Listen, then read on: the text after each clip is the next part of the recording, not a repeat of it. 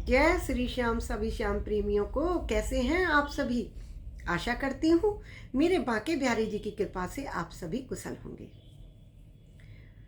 कुछ लोग कहते हैं कि भगवान की मूर्ति है, ये तो पाषाण की बनी हुई है या पीतल की बनी हुई है, इनको भोग क्या लगाना। या जो लोग भोग लगाते हैं ना तो उनको देखकर हंसते हैं कि ये भोग लगाना एक ढोंग है। यदि आपको देखा कि भोग अपने हाथ से करा रहे हैं तो उनको लगेगा ये तो ढोंग है। क्या भगवान को भोग लगाना एक ढोंग होता है? क्या हुआ ऐसी भक्त के साथ जिसने ये सोचा कि भगवान को भोग लगाना ढोंग होता है? उसने कभी अपने जीवन में अपने लड्डू गोपाल जी को भोग ही नहीं लगाया था। और फिर कैसे उसका जीवन बदला, आपको सुनाती हूँ कहानी। एक आगरा की भक्त थी जो कि कुछ समय बाद स्थान परिवर्तित हुआ, उनका विवाह करके चली गई। लड्डू गोपाल जी की बहुत सेवा करती थी और विवाह के बाद उनका जब विवाह हुआ तो वो जयपुर पहुंच गई अपने पति के साथ। ठीक है, अब वहाँ पर वो रहने लगी। उनका एक बेटा हुआ। कुछ साल ही बीते थे, 6 साल 5 साल। उनका बेटा स्वर्गवास हो गया, उसका चला गया दुनिया छोड़ के। बहुत दुखी रहने लगी, रोती रहती थी हर समय। एक माँ से जब बेटा चला बिछड़ जाता है, जिसको पालो पोसो, उस पर क्या बीतती है ये तो वो ही जान सकता है जिसने ये दुख झेला। तो जब वो बेटा चला जाता है तो वो बिल्कुल पागल की तरह हो जाती है। एक दिन अचानक उसके मन में आता है लेटे लेटे कि मैं गोपाल जी को लेकर आती हूँ। दूसरे दिन वो मार्केट जाती है, पूजा की दुकान पर जाती है जहाँ पूजा का सामान मिलता है। वहाँ पर छोटे से लाला रखे हुए थे, उनको लेकर भेंट देकर नौछावर देकर दुकान वाले को और वो लाला को अपने साथ ले आती है। घर आकर लाला के लिए अपने हाथ से वस्त्र बनाती है, श्रृंगार करती है नित नई, लेकिन भोग नहीं लगाती। क्यों? क्योंकि उसको लगता था मतलब भगवान को सजाना सही है, भोग क्या खाएंगे, भगवान तो मतलब मूर्ति रूप में है। उसने भगवान को एक खिलौने की तरह समझा, सजा के रखा। जैसे कहते हैं ना खिलौनों को सजाया जाता है ड्राइंग रूम में, उस तरीके से उसने उनको खिलौने की तरह रखा। उसको खिलौने के साथ जैसे खेलते हैं तो बेटे की कमी को पूरा करने के लिए उनके साथ खेलती, लेकिन उसके अंदर वो भला भाव नहीं आया कि भगवान को भूख भी लगती है। तो वो अपने हाथों से पोशाक बना बना कर पहनाती, आभूषण पहनाती, खेलती, लेकिन भोग नहीं लगाती। इस तरीके से 2 वर्ष बीत गए। 2 वर्ष के बाद उसके एक पुत्री भी पैदा हो गई। अब उसकी पुत्री जब 2 वर्ष की हुई तो एक दिन अपनी माँ से बोली, मैया लाला को भूख लगी है, भाई को भूख लगी है।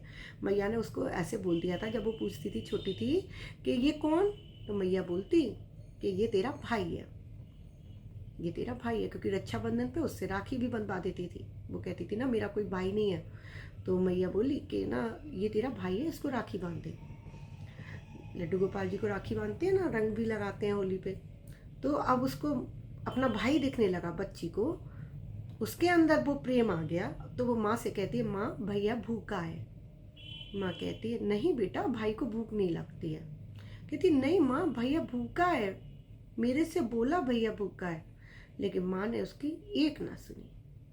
कुछ दिनों में क्या होता है कि उसके ससुराल, जो कि आगरा में ही था जहाँ उसका मायका भी था, उधर ही उसकी ससुराल थी। वो अपने पति के साथ जयपुर आके शिफ्ट हो गई थी। तो वहाँ से कॉल आता है उसकी सास की अचानक तबीयत खराब हो जाती है। वो आगरा आती है घर बंद करके अपनी बेटी के साथ, पति के साथ। तो वहाँ पर उसकी जब सास की मृत्यु हो गई तो कुछ दिन वहाँ रही। कुछ दिनों के बाद जब वो वापस जयपुर पहुँचती है तो घर में जैसे ही घुसती है तो फिर जाकर अपने मंदिर में जाती है और जाकर भगवान के सामने धूप लगाती है और देखती है कि लड्डू गोपाल जी की आंखें लाल हो रही हैं। वो सोचती है लाल क्यों हो रही है। वो अपने पति से भी पूछती है कि आपको भी लग रहा है लड्डू गोपाल जी की आंखें लाल हो रही हैं, सूजी सूजी हो रही हैं, आपको मेरी कसम है झूठ नहीं बोलना। उसका पति कहता है हाँ लग तो रही है मुझे भी लाल। तुरंत भागी भागी वो मार्केट जाती है और दुकान, चश्मे वाले की दुकान पर, और उससे बोलती है मुझे एक छोटा सा चश्मा दो गोपाल जी के लिए, मेरे लड्डू गोपाल जी की आंखें सूज गई। दुकान वाला हंसने लगता है, लेकिन फिर उसको दे देता है। हंसने लगता है क्योंकि वो भी नहीं भाव समझा, और उसको चश्मा दे देता है। 2-3 दिन लड्डू गोपाल जी वो चश्मा लगाए रहते हैं। अब उनकी धीरे धीरे आंखें भी ठीक होने लगती हैं। एक दिन जब वो रात को सो रही थी, अचानक उसके सपने में एक बच्ची आती है और उसकी गोदी में होता है एक छोटा सा बच्चा, और उसके बहुत ही सुंदर केश हैं, घुंघराले बाल, काले घुंघराले बाल, बड़े बड़े नेत्र, होठ देखो तो बहुत ही प्यारे, सुकोमल अंग, और ऐसे माला धारण किया हुआ है, पोशाक धारण किया, बहुत ही प्यारा बच्चा, मूर्ति नहीं था, बच्चा था। तो एक बच्ची की गोद में छोटा सा बच्चा, और वो उस बच्चे को लेकर अपनी शायद, मतलब वो बच्ची इस जो आगरा वाली बहू थी उसकी साइड आती जा रही है। तो वो जब पास आती है तो उसकी गोदी में जो बच्चा होता है वो कहता है, माँ मुझे भूख लगी है, माँ मुझे भूख लगी है। बस इतना सुना कि उसकी आंख खुल गई। देखा रात के 3 बज रहे थे। अब उसको चैन नहीं पड़ रहा था। उसको समझ आ चुका था गोपाल जी मुझसे कह रहे हैं मुझे भूख लगी है। उसे समझ आ गया था उसने कितनी बड़ी गलती करी। जब से लड्डू गोपाल जी की सेवा ली तब से भगवान को भोग ही नहीं लगाया। वो तो पाषाण का समझती थी, वो तो मूर्ति समझ रही थी। उसकी बेटी ने तो कहा था मैया भैया भूखा है, लेकिन फिर भी नहीं समझी। नेत्र सूज गए तो भी नहीं समझी, लेकिन एकदम समझ आ गया। अब तो सुबह उठने का इंतजार करने लगी। जो 4 बजे स्नान किया उसने, जल्दी से रसोई घर में गई और भगवान के लिए भोग बना के भोग लगाया। तो भगवान प्रेम के भूखे होते हैं। भगवान को भोग लगाना कोई ढोंग नहीं होता।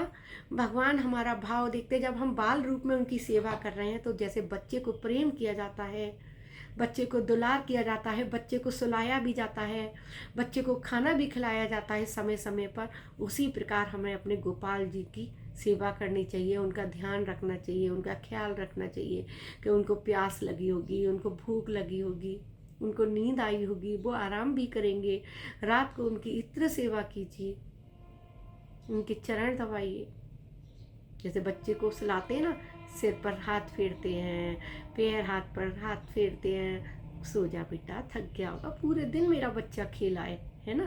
तो इस प्रकार से करते हुए अपने बच्चे को जैसे हम प्यार देते हैं उसी प्रकार हमें अपना ये भाव भगवान के प्रति जब हम जागृत कर लेंगे तो भगवान हमारे ही हो जाएंगे। आपको मेरे वीडियो कथा कहानियाँ अच्छी लग रही हो तो मेरे चैनल पर बने रहिएगा, और मेरे चैनल को लाइक और सब्सक्राइब करना मत भूलिएगा। और मेरी ये कथाएं, ये उपाय अच्छे लग रहे हो तो उनको अपने फ्रेंड्स के साथ शेयर भी ज़रूर कीजिएगा। अभी के लिए विदा लेती हूँ। राधे राधे।